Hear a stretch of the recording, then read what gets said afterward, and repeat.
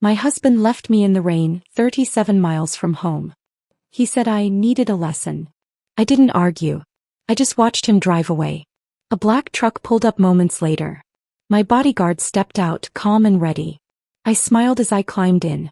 His cruelty had ended. This was his last mistake.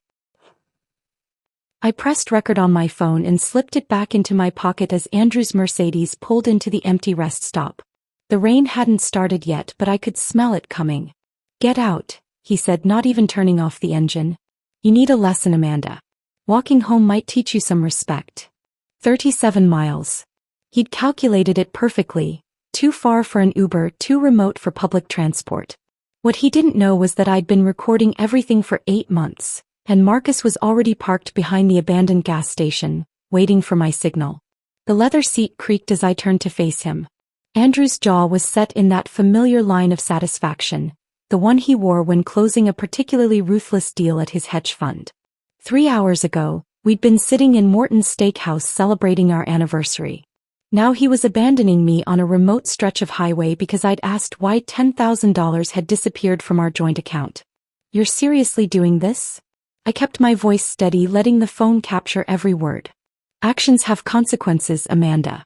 You went behind my back, called my accountant, embarrassed me with your paranoid questions. Maybe a long walk in the rain will remind you who manages the money in this family." I thought about the pearl earring in my jewelry box at home. Nadine's earring found under our bed 2 days ago. The $10,000 had probably bought her something pretty. But I didn't mention it.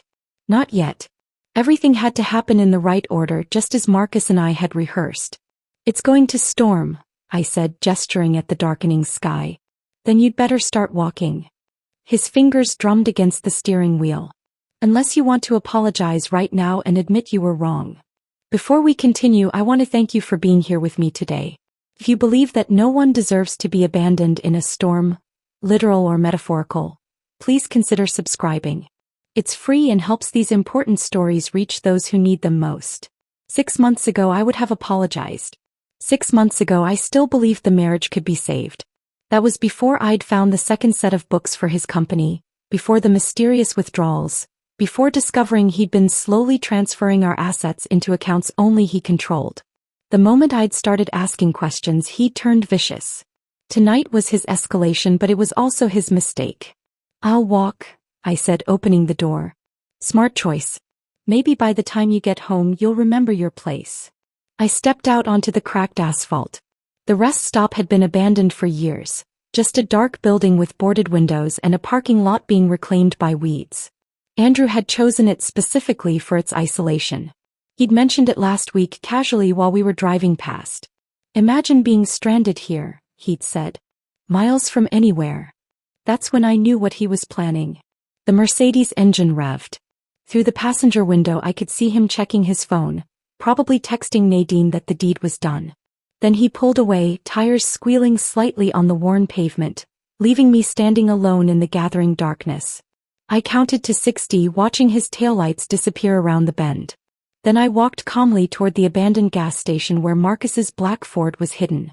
My brother stepped out, holding an umbrella and a thermos of coffee. "Did you get everything?" he asked. "Every word." I pulled out my phone, stopping the recording. "He actually said I need to remember my place." Marcus shook his head. 3 years of watching him control you was bad enough. But this. He gestured at the empty rest stop. "This is criminal abandonment. Rebecca's going to have a field day with this recording." I accepted the coffee gratefully, feeling the warmth spread through my hands. The rain was starting now, fat drops hitting the cracked concrete. By morning, Andrew would think I'd spent the night walking through a storm, broken and humiliated. He'd expect to find me huddled on our doorstep, ready to beg forgiveness. "Valentina's ready?" I asked. "She's been monitoring the accounts all evening. The moment he transferred that $10,000 this afternoon, she documented everything. The forensic audit goes back 2 years. He's been bleeding money into offshore accounts, probably planning to divorce you once he'd hidden enough." "And Rebecca?" "Filing the emergency papers at 9 tomorrow morning. Abandonment, financial abuse, fraud. She says with tonight's recording plus everything else we've gathered, he won't know what hit him." We climbed into Marcus's truck just as the sky opened up, rain hammering against the windshield. I thought about Andrew driving home, satisfied with his cruel lesson, maybe pouring himself a scotch to celebrate putting his wife in her place. He had no idea that 8 months ago when he'd first started hiding money, I'd hired my own team. Marcus had installed cameras throughout our house under the guise of security upgrades. Valentina, a forensic accountant who specialized in financial abuse cases, had been tracking every penny. Rebecca, one of the city's most ruthless divorce attorneys, had been building a case file that now filled 3 boxes. The house recordings uploaded successfully, Marcus said, checking his phone. We've got him on camera last Tuesday bringing Nadine there while you were at your mother's. They used your bed. I felt something cold settle in my chest. Not heartbreak, that had passed months ago. This was resolve, hard and crystalline. He's been planning this for a while, I said. The escalation, the financial control, the isolation from friends. Classic abuse patterns. Rebecca says judges don't look kindly on husbands who abandon their wives as punishment. Marcus drove carefully through the storm, taking back roads to avoid any possibility of Andrew seeing us. We'd planned this route weeks ago, even doing practice runs. Every detail mattered. The hotel room was booked under my maiden name, paid for with cash Marcus had withdrawn gradually over 2 months.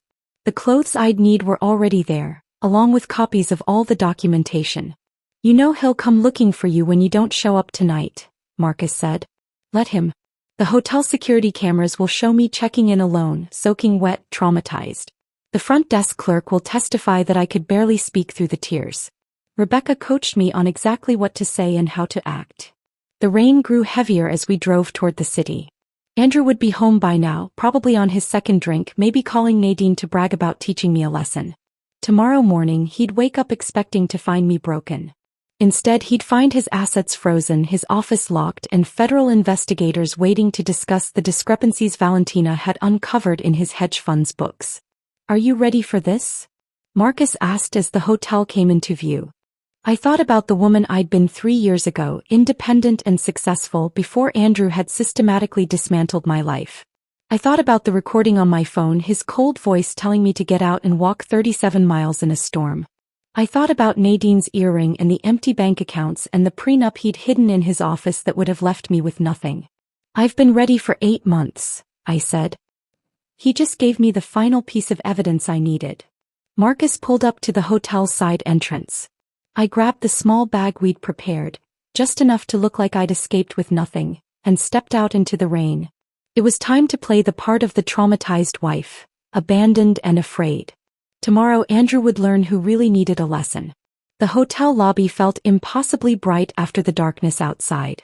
Water dripped from my hair onto the marble floor as I approached the front desk, my hands shaking just enough to be convincing.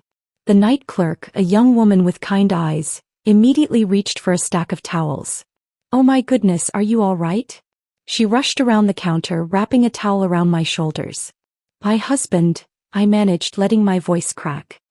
He left me at a rest stop. In the storm. I had to walk for miles before someone helped me. Her face shifted from concern to horror. Perfect. Every word would be documented in the hotel's incident report, just as Rebecca had instructed. The clerk guided me to a chair and brought me hot tea while processing my check-in. I gave her my maiden name, Amanda Harrison, and paid with the emergency credit card I'd opened 6 months ago, the one Andrew knew nothing about. Room 412 was small but clean, overlooking the city lights blurred by rain. I locked the door, put the chain on, and finally allowed myself to breathe. Then I pulled out my second phone, the one Marcus had given me, and played back the recording from the car. Andrew's voice filled the room, cold and measured. You think you're so clever, don't you? Calling my accountant behind my back. Asking questions about our finances like you'd understand the answers. My own voice, carefully controlled. It's our money, Andrew. I have a right to know where it's going. Our money. His laugh was sharp. I earn it. I manage it. You spend it on overpriced groceries and those ridiculous charity luncheons. $70 for organic vegetables last week, Amanda. $70. I remembered that shopping trip. I'd bought ingredients for the dinner party he'd insisted on hosting for his clients. The same dinner where he'd spent $800 on wine without blinking. The recording continued. You embarrassed me at the Morrisons' party. contradicting me about the European markets in front of my colleagues. Where did you even get those opinions? Some morning talk show. I have an MBA from Northwestern, Andrew. I worked in financial services for 5 years before we met. Before I rescued you from that mediocre career, you mean? You were analyzing penny stocks at a third-tier firm. I gave you a life you never could have achieved on your own. I closed my eyes, remembering the woman I'd been at Henderson Investments. I hadn't been analyzing penny stocks. I'd been managing a portfolio worth $30 million. But Andrew had rewritten history so many times, sometimes even I forgot the truth. My phone buzzed. A text from Marcus. Valentina found something. 3 more accounts in the Caymans. He's been moving money for 18 months. 18 months. I thought back to when things had started changing. The sudden interest in separate checking accounts, for tax purposes. The financial advisor who appeared without explanation. The documents he'd asked me to sign without reading because, it's just routine stuff, trust me. Another text, this one from Rebecca. Judge Coleman agreed to emergency hearing tomorrow at 2 p.m. Bring the recording. Judge Patricia Coleman had a reputation for seeing through men like Andrew. She'd presided over 3 high-profile financial abuse cases in the past year, all resulting in favorable outcomes for the wives. Rebecca had specifically waited for her rotation. I changed into the dry clothes from the emergency bag I'd hidden here yesterday, then sat at the small desk and began writing. Not the statement Rebecca would help me polish for court, but notes for myself, reminders of who I really was beneath the person Andrew had tried to create. I wrote about the promotion I'd turned down because Andrew said the travel would strain our marriage. The investment opportunity I'd identified that would have tripled my personal savings, if I'd still had personal savings. The friendship with my college roommate that ended when Andrew convinced me she was jealous of our happiness. My phone rang. Andrew's ringtone. I let it go to voicemail, then played the message on speaker, recording it with my second phone. Amanda, this is ridiculous. It's been 3 hours. The lesson's been learned, okay? Call me back and I'll come get you. Don't make this worse than it needs to be. 10 minutes later, another call. This time his voice was harder. I know you have your phone. Stop being childish and call me back. If you're trying to worry me, it's not working. I'm going to bed. You can find your own way home. But I could hear the edge creeping in. He was starting to realize something was off. I'd always called by now, always apologized, always came crawling back. The silence was breaking his script. At midnight, Nadine called. I almost didn't recognize the number, but something made me answer, staying silent. Hello? Amanda. Her voice was uncertain. Andrew asked me to call you. He's worried. He said you two had a fight and you're not answering his calls. He wants you to know he's sorry and you should come home. Andrew never apologized. Never admitted fault. That he'd sent his mistress to deliver a fake apology showed how off balance he was. I hung up without speaking. By 1 a.m, the calls were coming every 15 minutes. Andrew, his mother Margaret, even his business partner James. I documented every single one, their numbers, their times, their increasingly frantic messages. The abandoned wife was supposed to be desperate for rescue, not maintaining radio silence. I ordered room service, charging it to the card. Soup and salad and a glass of wine. Let the receipt show I was composed enough to eat. Let it document that I wasn't falling apart the way Andrew expected. At 2:30 a text came through that made me smile. Not from Andrew but from our neighbor Mrs. Chin. Saw Andrew in his driveway with a flashlight looking under your car. Then he drove off fast. Is everything okay? He was looking for my car, not knowing Marcus had moved it to a long-term parking garage across town 2 days ago. Another piece of evidence that I'd been planning to leave, that his abandonment had simply accelerated my timeline. I pulled the curtains aside and watched the storm rage over the city.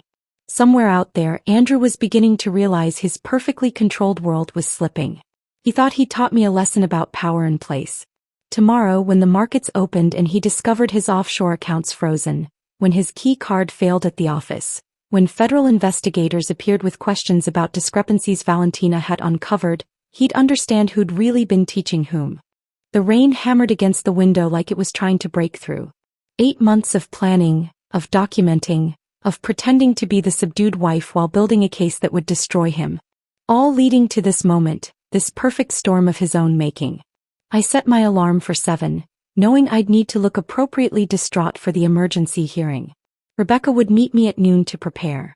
But for now, for these few hours, I sat in the darkness and felt something I hadn't experienced in 3 years. Freedom. The morning sun cut through the hotel curtains at 7 sharp, but I'd been awake since 5, sitting at the small desk with my laptop open to our joint checking account. The balance showed exactly what I expected. Andrew had already moved another $20,000 out at 6:47 a.m. He was panicking, trying to hide assets before I could get to them. Too late. Valentina had already documented everything. By noon, my hotel suite had transformed into a command center. Valentina arrived first, wheeling in 2 suitcases full of printed documents, her usually perfect makeup slightly smudged from working through the night. She spread everything across the dining table methodically: bank statements, wire transfer records, falsified tax documents, each stack labeled with color-coded tabs. "The Cayman accounts are frozen as of 9 this morning," she said, pulling up a spreadsheet on her laptop. "Andrew tried to access them at dawn. 3 failed attempts. He's probably destroying his office right now." Rebecca walked in next, her phone pressed to her ear, speaking in rapid legal terms I only half understood. She ended the call and turned to me with an expression of grim satisfaction. "Judge Coleman moved our hearing to 1 o'clock. She wants to address this immediately. Also, Andrew hired Richard Blackwood." "The shark?" Marcus asked, entering with a box of surveillance equipment. "The same one who got that pharmaceutical executive off last year. Blackwood doesn't come cheap. Andrew must have liquidated something significant to afford him." I felt a flutter of concern, but Rebecca placed a steady hand on my shoulder. "Blackwood's good, but he can't argue with video evidence and financial records. Plus, he's walking into this cold. We've had 8 months to prepare." Marcus connected his laptop to the suite's television and pulled up the surveillance footage from our home. "I've compiled the highlights, if you can call them that. Fair warning, Amanda, this isn't easy to watch." The first clip showed Andrew in his study at 2 a.m. 3 weeks ago. I'd been asleep upstairs, knocked out by the sleeping pills he'd started suggesting I take for my anxiety. On screen, Andrew carefully photographed documents from our safe, then placed them back exactly as they were. The documents were our joint investment portfolios, my mother's power of attorney forms, and the deed to the lake house my grandmother had left me. "He's been building a duplicate file," Valentina explained, "creating forgeries with subtle changes. If you hadn't caught this, he could have slowly replaced the originals." The next clip was worse. Andrew and Nadine in our living room 2 months ago when he told me he was at a client dinner. She was wearing my robe, the silk one from our honeymoon in Paris. They were laughing about something on his phone. "Turn the volume up," I said, though my stomach churned. Andrew's voice filled the room. She actually believed me when I said the conference was mandatory. "I've trained her well. A few more months and I'll have everything transferred. Then we can stop this charade." Nadine's giggle was like nails on glass. "The prenup really says she gets nothing? The prenup's irrelevant. She'll never fight it. Amanda doesn't have the spine. By the time she realizes what's happening, we'll be in Costa Rica, and she'll be too broken to do anything about it." Marcus paused the video. The room was silent except for the hum of the air conditioning. I stood up, walked to the window and stared at the city below. Somewhere out there, Andrew was probably in his office trying to figure out why his computer access was revoked, why his assistant couldn't reach the bank, why everything was falling apart. "There's more," Marcus said quietly. "Do you want to see it?" I nodded. The next clip showed Andrew on the phone in our garage, pacing between our cars. The timestamp showed last Tuesday when I'd been at my book club. "Jennifer's been perfect," he was saying. "She has no idea I'm recording our conversations. Every detail about Amanda's mother's estate, the Alzheimer's diagnosis they're hiding, the trust fund from their father. It's worth nearly $2 million and Amanda doesn't even know it exists." My legs felt weak. Jennifer, my younger sister who I'd been protecting from her gambling addiction for years, who I'd covered for with our parents countless times. She'd been feeding Andrew information about our family, about money I didn't even know existed. "When did he contact her?" I asked, my voice barely a whisper. Valentina pulled up phone records. "First contact was 13 months ago. Regular calls started 10 months ago. Always when you weren't home. He's been paying her debts in exchange for information." Rebecca checked her watch. We need to leave for court in 30 minutes. Amanda, are you ready for this? Seeing him today. I turned from the window. Show me the rest first. I need to know everything. Marcus clicked to another folder. These are from his office computer. I had a contact in IT pull them before Andrew's access was cut this morning. The screen filled with emails between Andrew and his attorney, dated 6 months ago. The subject line read, Project Fresh Start.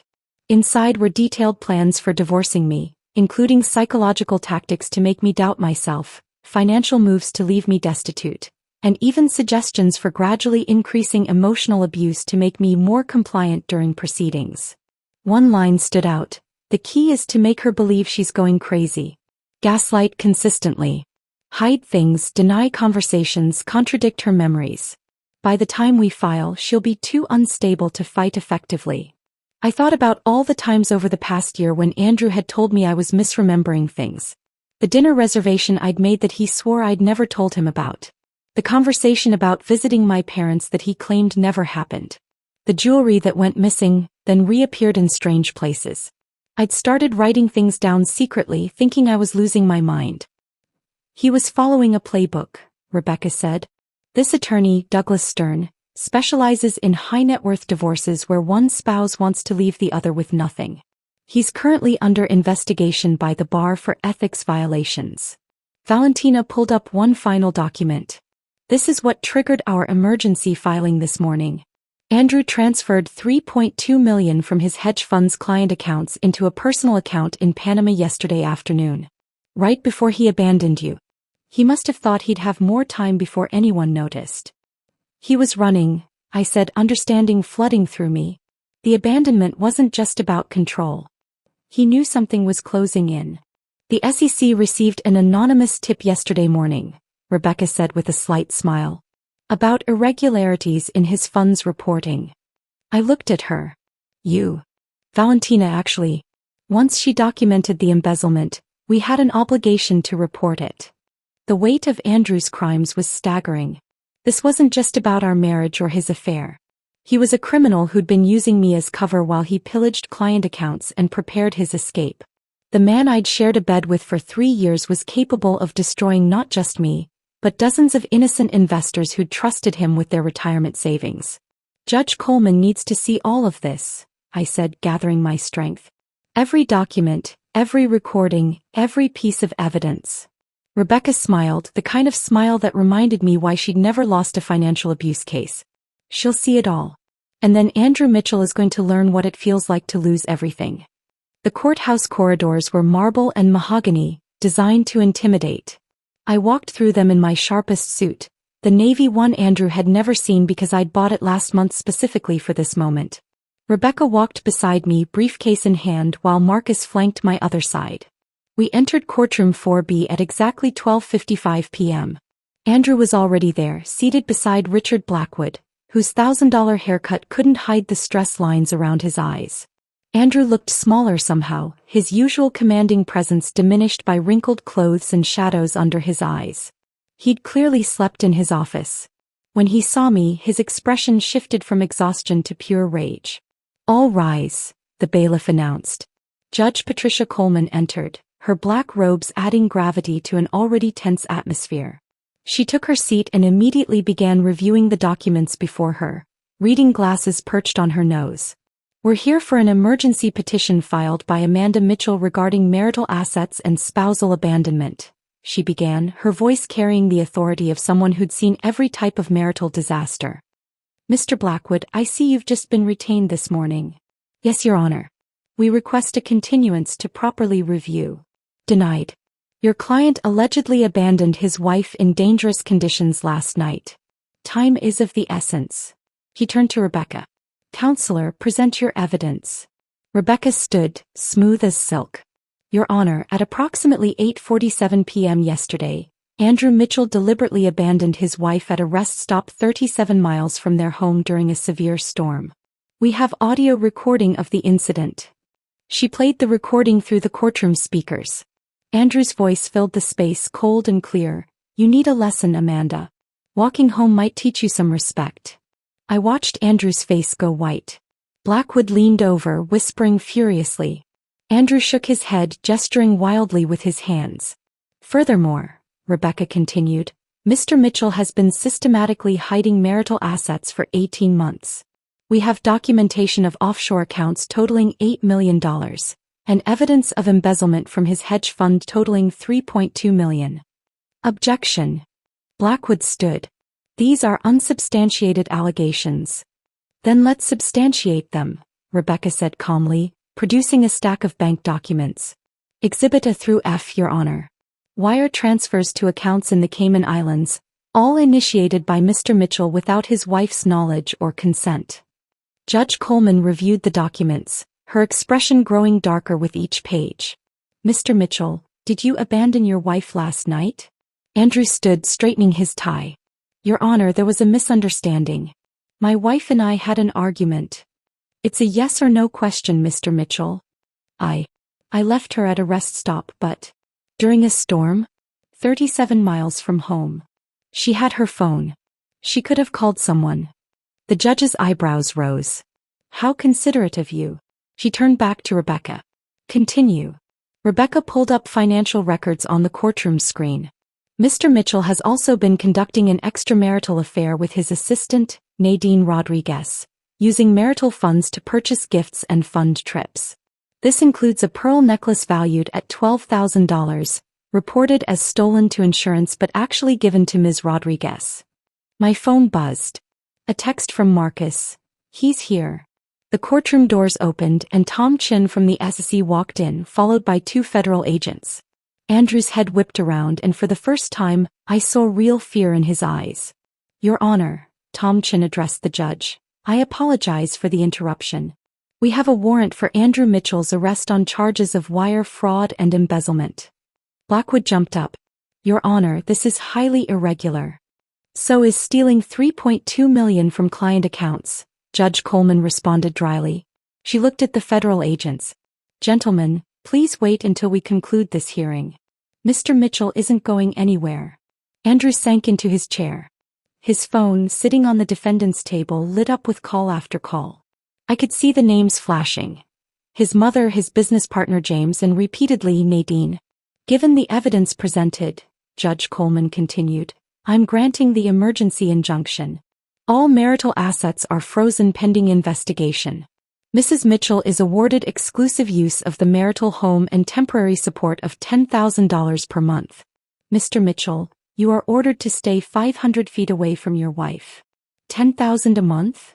Andrew exploded, standing despite Blackwood's attempt to pull him down. That's insane. She doesn't need. Mr. Mitchell, you abandoned your wife in a storm after hiding millions in assets. I'm being generous, not holding you in contempt right now. Sit down. As Andrew collapsed back into his chair, my phone rang. Jennifer's name appeared on the screen. I declined the call, but she immediately called again. And again. Rebecca leaned over. You should document those. I nodded, screenshotting the call log. 17 calls from Jennifer in the past hour. 43 from Andrew since last night. 22 from his mother Margaret. Even a few from numbers I didn't recognize, probably Andrew's colleagues or clients who'd heard about the federal investigation. Tom Chin approached our table while the judge finalized her orders. Mrs. Mitchell, we'll need your cooperation with our investigation. Your attorney mentioned you have additional evidence. I nodded. 8 months of documentation. Financial records, recordings, emails. Everything. Good. Your husband's looking at 15 to 20 years if convicted on all charges. Andrew must have heard him because he suddenly stood again, pointing at me. You did this. You set me up. This whole thing was a trap. Judge Coleman's gavel came down hard. Mr. Mitchell, control yourself or I'll add contempt charges. She's been planning this. Andrew continued, his composure completely shattered. The recording, the documentation, she knew I was going to leave her there. So you admit to abandoning her? The judge asked. Blackwood physically pulled Andrew back down, but the damage was done. Andrew had just confessed in open court in front of federal agents to deliberately abandoning me. As we prepared to leave, Nadine burst through the courtroom doors. Her designer dress was wrinkled, her carefully styled hair disheveled. She looked around wildly until her eyes landed on Andrew. You said you were divorced, she screamed across the courtroom. You said the papers were already filed. You said she was crazy and making things up. The judge sighed. Ma'am, please remove yourself from my courtroom. But Nadine wasn't done. She pulled out her phone, waving it in the air. I have texts. Recordings. He promised me we were getting married. He said the money was his. Tom Chen's eyes lit up. He approached Nadine carefully. Ma'am, we'd very much like to speak with you. Andrew's destruction was complete. His mistress was turning state's evidence, his assets were frozen, federal agents were waiting to arrest him, and his carefully constructed image had crumbled in less than an hour. As we walked out, leaving Andrew to be processed by federal agents, my phone buzzed with one final message. It was from Margaret, Andrew's mother. I hope you're satisfied, destroying a good man over petty jealousy. I deleted it without responding. Margaret would learn soon enough that her son wasn't a good man. He was a criminal who'd been exposed, and I wasn't the one who'd destroyed him. He'd destroyed himself. The courthouse steps were crowded with reporters when we emerged. Someone had leaked the story. Probably a court clerk who recognized Andrew's name from the financial pages. Microphones thrust toward us as Rebecca guided me through the crowd, her hand firm on my elbow. Mrs. Mitchell, is it true your husband stole millions? Amanda, how long have you been planning this? Will you be pressing additional charges? Rebecca stepped forward, her voice cutting through the chaos. My client will not be making any statements at this time. The federal investigation is ongoing. We pushed through to Marcus's truck, and I caught a glimpse of the evening news van setting up across the street. By tonight, Andrew's face would be on every local channel. The golden boy of Minneapolis hedge funds, arrested for embezzlement and fraud. Margaret must be dying inside. Back at the hotel, I collapsed onto the couch while Rebecca poured us both water. My phone hadn't stopped buzzing since we'd left court. I scrolled through the messages, each one a different flavor of shock or judgment. A text from my hairdresser. Just saw the news. Good for you, honey. From Andrew's golf buddy Richard. This is all a misunderstanding, right? Andrew would never do what they're saying. From 3 different neighbors, variations of, we always knew something was off about him. The most interesting message came from James Morrison, Andrew's business partner. Amanda, we need to talk. There are things about the fund you should know. Things that weren't in the federal filing. Rebecca read it over my shoulder. Set up a meeting. Record everything. At 4 o'clock, the local news broke the story. The headlines scrolled across the bottom of the screen. Prominent hedge fund manager arrested for embezzlement following spousal abandonment incident. They'd gotten Andrew's mugshot already. He looked haggard, his usual perfectly styled hair disheveled, his designer suit replaced with standard-issue jail clothing. The reporter stood outside our house. My house now, describing the scandal in breathless detail. Sources close to the investigation report that Andrew Mitchell allegedly abandoned his wife during last night's severe storm, leaving her stranded 37 miles from home. This morning, federal agents arrested Mitchell on charges of embezzling $3.2 million from client accounts. His wife, Amanda Mitchell, could not be reached for comment. My phone rang. Jennifer again. This time I answered. Amanda, please, I need to explain. You told him about Mom's will. About the trust fund Dad set up. About her diagnosis. Silence. Then quietly, he said he was trying to help. He said you were too stressed to handle the information, that he wanted to protect you. He paid your gambling debts. I didn't know what he was planning. Thought he loved you. He seemed so concerned, so caring. He said you were fragile, that you needed guidance.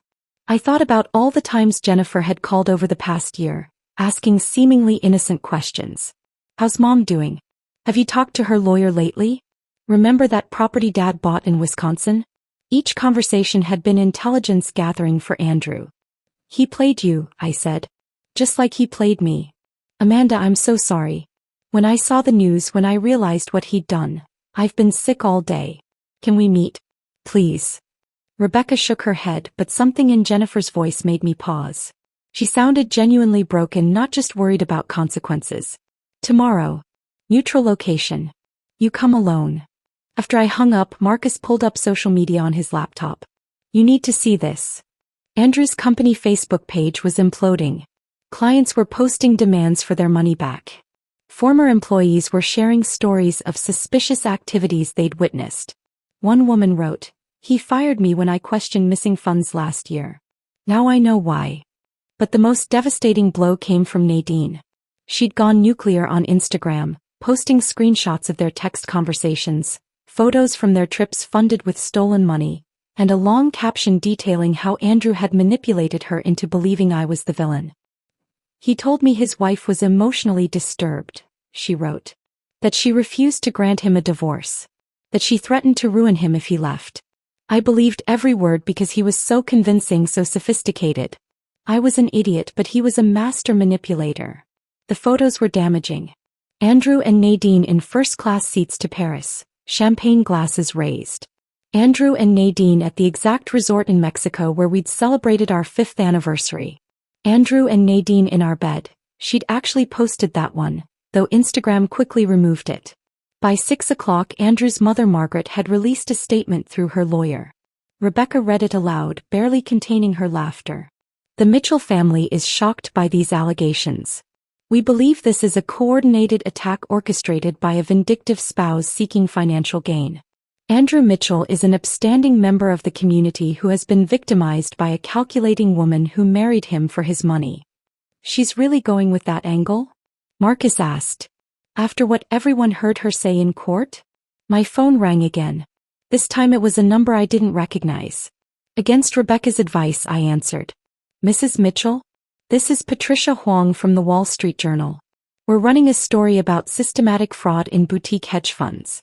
Your husband's case is part of a larger pattern we've been investigating. Would you be willing to share your experience?" Rebecca took the phone. "This is Amanda Mitchell's attorney. All press inquiries should be directed to my office." She hung up and turned to me. "By tomorrow this will be national news. Andrew didn't just destroy himself, he's taking down an entire network of corrupt fund managers. The FBI is expanding their investigation." I walked to the window looking out at the city lights. Somewhere in Federal Holding, Andrew was probably meeting with Blackwood trying to figure out how to spin this. But there was no spinning video evidence, recorded confessions, and millions in stolen money. My phone lit up with one more message, this one from David Brennan, Andrew's biggest client. "Mrs. Mitchell, I want you to know that several of us victims are pursuing civil suits against your husband. However, we want to be clear, you are not our target. We know you were a victim too. In fact, we'd like you to testify about what you observed." The irony was perfect. Andrew had spent years telling me I was too stupid to understand finance, too naive to grasp business. Now his former clients wanted my testimony to help bury him. As the sun set over Minneapolis, painting the sky the color of justice, I realized that Andrew's public downfall was just beginning. Tomorrow there would be more headlines, more revelations, more people coming forward with stories about the man they trusted with their money. But tonight, for the first time in 3 years, I sat in peaceful silence, no longer afraid of his footsteps, his moods, his cruel words designed to keep me small. The man who'd abandoned me in the rain had created his own storm, and now he was drowning in it. The next morning brought a knock at my hotel door that I wasn't expecting. Through the peephole, I saw Jennifer standing in the hallway, her usually perfect appearance completely undone. Her hands shook as she clutched a manila envelope to her chest, and her eyes were red-rimmed from crying. I opened the door but didn't invite her in. I thought we agreed to meet at a neutral location. I couldn't wait. "Amanda, please. There are things you need to know right now. Before the FBI talks to me this afternoon." Marcus appeared in the doorway of the adjoining room, alert and protective. I nodded to him that it was okay, then let Jennifer inside. She sat on the edge of the couch, placing the envelope on the coffee table with trembling fingers. "Andrew first contacted me 13 months ago," she began, her voice barely above a whisper. "He knew about the gambling. I don't know how he found out, but he knew I owed $47,000 to some very unforgiving people. He offered to pay it all, no questions asked, if I just answered some questions about our family finances. And you agreed." My voice was flat, controlled. I was desperate. They were threatening to go to my employer to ruin my career. Andrew seemed like he genuinely wanted to help. He said you were too proud to ask our parents for money, that he wanted to surprise you by solving family problems behind the scenes. She opened the envelope and pulled out a stack of printed emails. "These are our conversations. Every one of them. I printed them all last night when I realized what he'd really been doing. I picked up the first email dated over a year ago. Andrew's tone was warm, concerned, brotherly even. He wrote about wanting to be a better husband, wanting to understand my family dynamics so he could support me better. The manipulation was masterful. He was particularly interested in Mom, Jennifer continued. He wanted to know about her health, her mental state, her finances. I thought he was planning something nice for her, maybe paying for better care. You told him about the Alzheimer's. Jennifer nodded, tears streaming down her face. She made me promise not to tell you. She didn't want you to worry, said you had enough stress with Andrew being so demanding. But he was so persistent, so caring. He said he'd noticed signs and wanted to help. I kept reading. The emails showed Andrew's questions growing more specific over time. What properties did our parents own? Were there any trusts? Who was the executor of their wills? Jennifer had answered everything, believing she was helping her brother-in-law better care for our family. Last month he asked me to get Mom to sign some papers, Jennifer said. He said they were for insurance purposes, that it would protect her assets if her condition worsened. I actually took them to her, Amanda. Thank God her lawyer was there that day and recognized them as property transfer documents. That's when I started to realize something was wrong. My phone buzzed. David Brennan was calling. I put him on speaker so Marcus could hear. Mrs. Mitchell, I'm sorry to bother you, but this is urgent. I've been going through our client files all night. Andrew wasn't just stealing from the general fund. He specifically targeted our elderly clients, particularly widows. What do you mean, targeted? Mrs. Eleanor Hartley, for instance. Her husband died 2 years ago. Left her everything with specific instructions that Andrew personally manage her portfolio. Within 6 months, Andrew had convinced her to sign power of attorney documents. She thought she was giving him authority to make trades. He used it to drain her accounts. I felt sick. Eleanor Hartley was 78 years old. I'd met her at several company events, a sweet woman who always talked about her grandchildren. How much did he take from her? $800,000. But here's the worst part. He convinced her she was developing memory problems, that she was forgetting conversations about withdrawals she'd authorized. He gaslit an elderly woman into believing she had dementia. Marcus was already taking notes, documenting everything for Rebecca. This changed the entire scope of the case. Andrew wasn't just a white-collar criminal. He was a predator who specifically hunted vulnerable people. I have recordings, David continued. I started secretly recording our partnership meetings 2 years ago when I noticed discrepancies. I was building a case to take to the authorities, but I was scared. Andrew had connections everywhere. But now that he's already in custody, I want to provide everything I have. After David hung up, Jennifer pulled out one more document from her envelope. There's something else. About Dad's estate. Our father had died 5 years ago, leaving what we thought was a modest inheritance split between Jennifer and me. But the paper she handed me showed something different. A trust account in my name alone, established the year before he died. He knew about my gambling even then, Jennifer said quietly. He loved me, but he didn't trust me with money. So he set this up for you with Mom as the trustee. It's worth about $2 million. Andrew found out about it through me, and he's been trying to access it for months. I stared at the document. $2 million my father had hidden to protect it from both Jennifer's addiction and, unknowingly, from my husband's greed. The account was held at a small private bank in Wisconsin, one Andrew wouldn't have known about without Jennifer's information. We need to go see Mom, Jennifer said. Today. She's been holding on to something for you, something she wouldn't even tell me about. She said she was waiting for the right moment. An hour later, we sat in my mother's room at the memory care facility. She was having one of her increasingly rare clear days, her eyes bright and focused as she held my hand. I knew what he was the first time I met him, she said, her voice stronger than it had been in months. The way he looked at our house, evaluating everything like he was cataloging assets. The way he steered conversations toward money. Your father saw it too. She reached into her bedside drawer and pulled out a small key. Safety deposit box.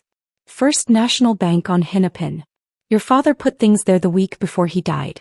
Documents. Evidence. Evidence of what, Mom? Andrew tried to forge your signature last year. Loan documents, property transfers. The bank manager was your father's friend.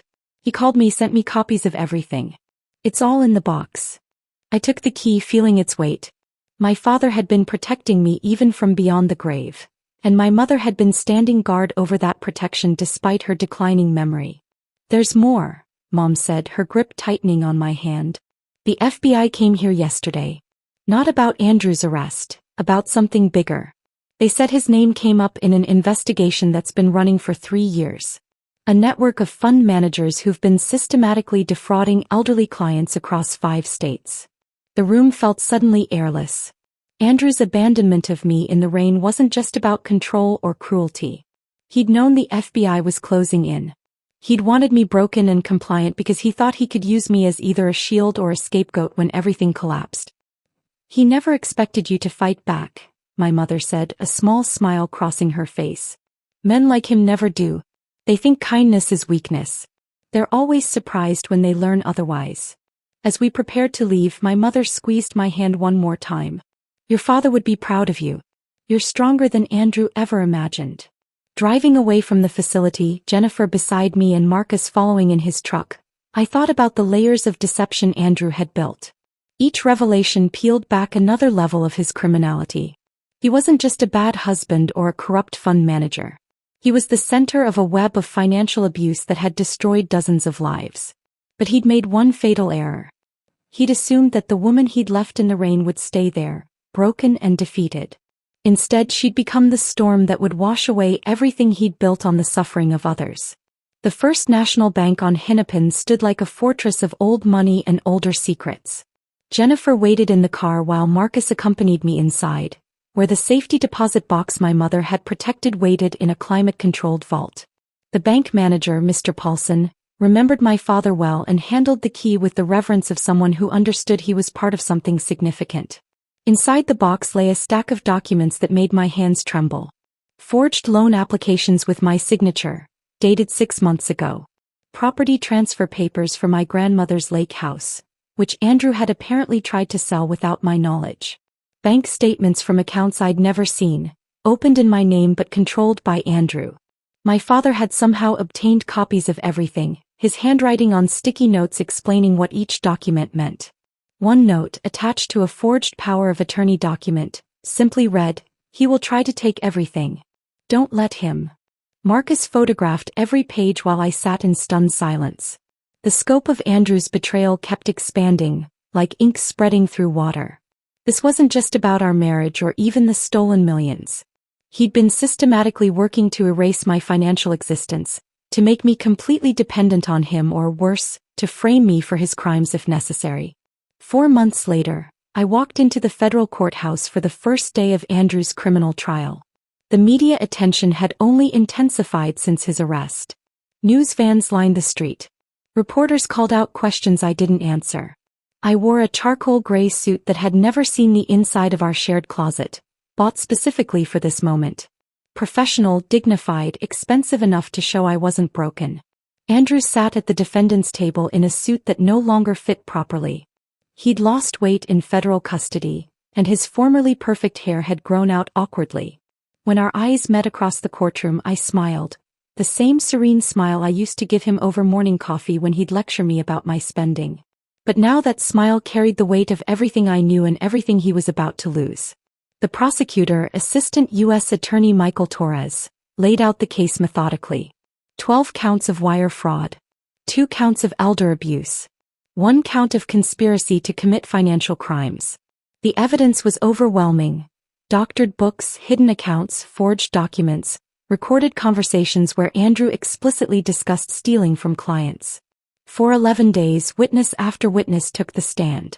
Elderly clients described how Andrew had convinced them to sign documents they didn't understand. Former employees testified about being ordered to falsify records. The forensic accountant walked the jury through the labyrinth of offshore accounts and shell companies Andrew had created. On day 12, the courtroom doors opened and Nadine Rodriguez walked in. She looked nothing like the polished young woman who'd worn my grandmother's pearls.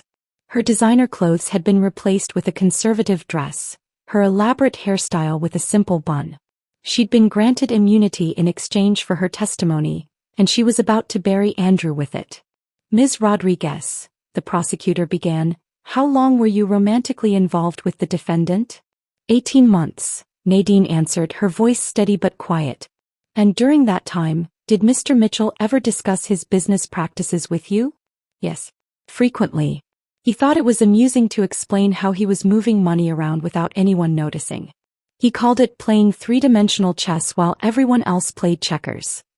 She produced recordings from her phone, conversations where Andrew bragged about targeting elderly clients, about hiding money from me, about his plans to disappear to Costa Rica once he'd accumulated enough. In one recording, his voice clear and damning, he said, "Amanda's the perfect cover. Sweet, trusting, asks no questions. By the time she figures out what's happening, I'll be gone and she'll be left holding the bag." But Nadine's most devastating revelation came near the end of her testimony. 3 weeks before his arrest, Andrew told me he was planning to leave me too. He had another woman in Costa Rica, someone he'd met online. He was going to abandon me just like he abandoned his wife. The look on Andrew's face was worth every moment of pain he'd caused me.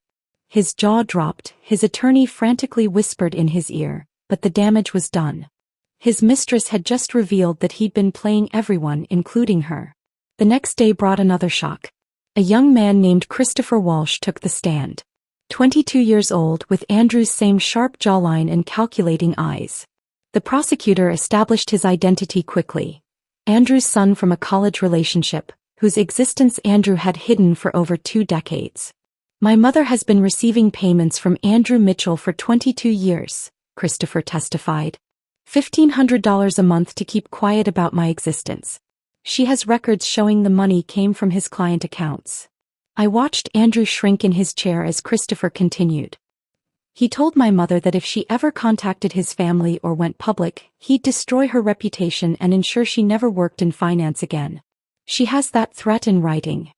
The prosecutor introduced 22 years of bank records, showing regular payments from the same accounts Andrew had been pillaging. He'd been stealing from elderly clients not just for luxury and escape, but to hide the evidence of his past. Andrew's defense attorney tried to object, arguing this was prejudicial and irrelevant to the financial crimes, but Judge Coleman overruled him. It establishes a pattern of deception and financial malfeasance spanning the defendant's entire adult life. On the final day of testimony, Andrew made the catastrophic decision to take the stand himself. Against his attorney's visible protests, he stood and walked to the witness box, still believing he could talk his way out of this. For 2 hours he tried to spin a narrative where he was the victim. He claimed I'd known about the affairs and approved. He insisted the elderly clients had authorized every transaction. He portrayed himself as a brilliant financial mind who'd simply made some bookkeeping errors. Then the prosecutor began his cross-examination, and Andrew's composure cracked like ice under pressure. When confronted with the recordings, he claimed they were taken out of context. When shown the forged documents, he suggested I might have created them. When presented with evidence of the hush money to Christopher's mother, he actually said, "That was a personal matter unrelated to my business." The jury deliberated for less than 3 hours. As the foreman stood to read the verdict, I held Marcus's hand on one side and Rebecca's on the other. On count 1 wire fraud, we find the defendant guilty. On count 2 wire fraud, we find the defendant guilty. By the time they reached count 15, Andrew had put his head in his hands. Guilty on all charges. The man who'd left me in the rain 37 miles from home was about to learn what real abandonment felt like. 2 weeks later we returned for sentencing.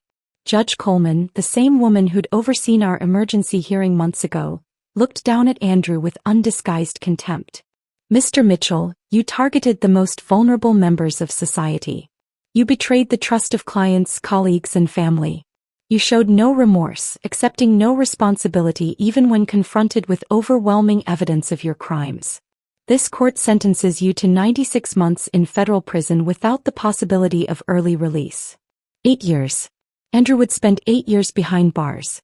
As the bailiffs prepared to lead him away, he turned to me one last time. "This isn't over," he mouthed. I stood and spoke clearly, knowing the courtroom microphones would capture every word. "You're right. The civil suits start next month." The bailiffs led Andrew away in shackles, and I walked out of the courthouse into a September afternoon that felt like the first day of spring. The civil suits would indeed start next month, with 17 of Andrew's victims seeking restitution, but that was Rebecca's battlefield now. I had something more important to build. The whistleblower reward came through 6 weeks after Andrew's sentencing, $1.2 million for providing information that led to the recovery of stolen funds. Combined with the assets the court awarded me and the trust fund my father had protected, I suddenly had the resources to do something meaningful with the pain Andrew had caused. Marcus found the building first, a renovated Victorian in Minneapolis's Whittier neighborhood that had previously housed a law firm. 3 stories, 8 offices, a conference room large enough for group sessions, and most importantly, multiple exits. Something women escaping dangerous situations would need. We signed the lease on a Thursday. By Monday, the Phoenix Foundation had its home. "We need proper security systems," Marcus said, walking through the empty rooms with his tablet making notes. "Panic buttons in every office, secured entry, surveillance that actually protects people instead of monitoring them." Valentina arrived with boxes of filing systems and encryption software. "I've already had 3 forensic accountants reach out wanting to volunteer their services. Word's spreading in the financial community about what we're doing." Rebecca had taken a leave of absence from her practice to help establish our legal aid program. "We need to be careful about how we structure this," she said, spreading incorporation documents across the conference table. "We're going to be dealing with dangerous situations, angry spouses, potential legal retaliation. Everything has to be bulletproof." Within a month, we had our first client. Maria, a teacher whose husband had hidden their savings and threatened to report her to immigration services if she tried to leave, even though she was a citizen. Valentina found the money. Rebecca filed the papers. Marcus arranged safe transportation. I sat with Maria while she cried, remembering my own tears in that hotel room the night Andrew abandoned me. Jennifer arrived at the foundation on a rainy Tuesday, 3 months sober and carrying a box of donuts as a peace offering. "I want to help," she said simply.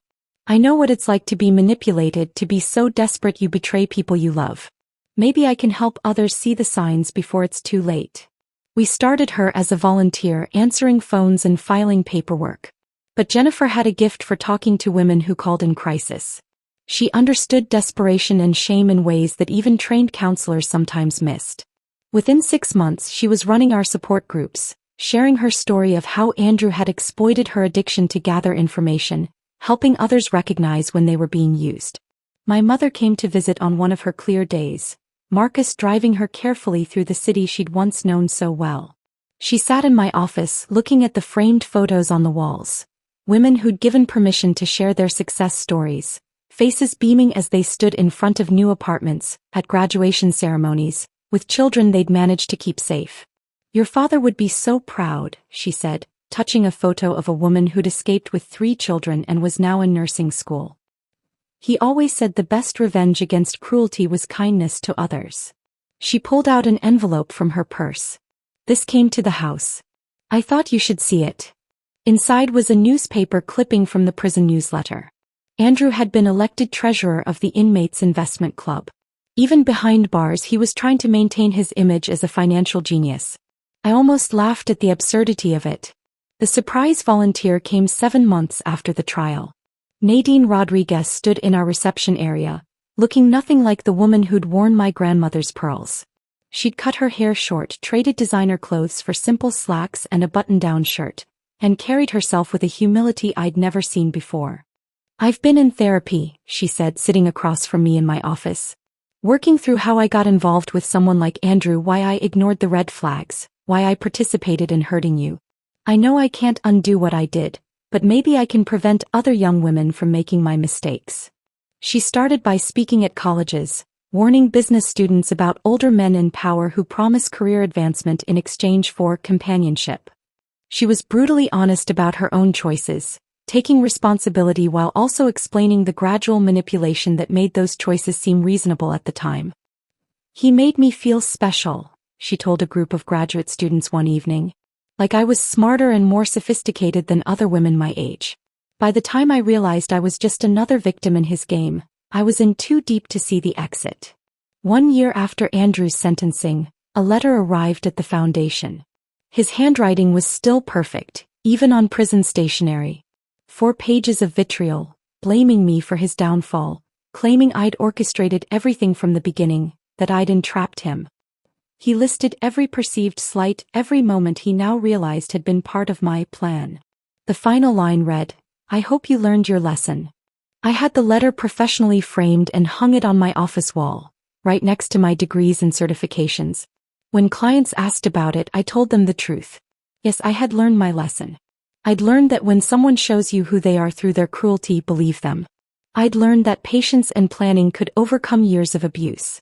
Most importantly, I'd learned that the best response to someone trying to break you is to become unbreakable, then use that strength to lift others. 18 months after that night at the rest stop, I stood in my office looking at a wall covered in thank you cards. 87 women had found safety through the Phoenix Foundation. Some had needed just legal advice and financial forensics. Others had required complete extraction plans, safe houses, and new identities. Each one had arrived broken in some way, convinced they were trapped, that their situation was hopeless. Eleanor Hartley, the widow Andrew had defrauded, had become our biggest donor. She'd recovered most of her money through the civil suits and insisted on funding our emergency shelter program. "That man tried to convince me I was losing my mind," she said at our fundraising gala. "Amanda showed me I was actually finding my strength." The rain was falling again outside, drumming against the windows of the Victorian that housed hopes and second chances. I thought about that night 37 miles from home, standing in the downpour while Andrew drove away, confident he'd broken me.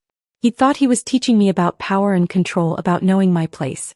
Instead, he taught me that cruelty creates its own destruction, that every action has consequences, and that sometimes the person you abandon in the rain has already seen the storm coming and prepared accordingly. Through the Phoenix Foundation, his act of calculated cruelty had become the catalyst for saving women he never believed deserved saving. The ultimate lesson, the one Andrew never saw coming, wasn't about obedience or respect or knowing one's place. It was about transformation. He tried to leave me powerless in a storm. Instead, I'd become the shelter. If this story of calculated justice kept you on the edge of your seat, hit that like button right now. My favorite part was when Amanda stood in court, wearing the sharp suit Andrew always said made women look too aggressive, and smiled at him with the same serene expression she used to give him over breakfast. What was your favorite moment of sweet revenge? Drop it in the comments below. Don't miss more gripping stories like this. Subscribe and hit that notification bell so you never miss an upload.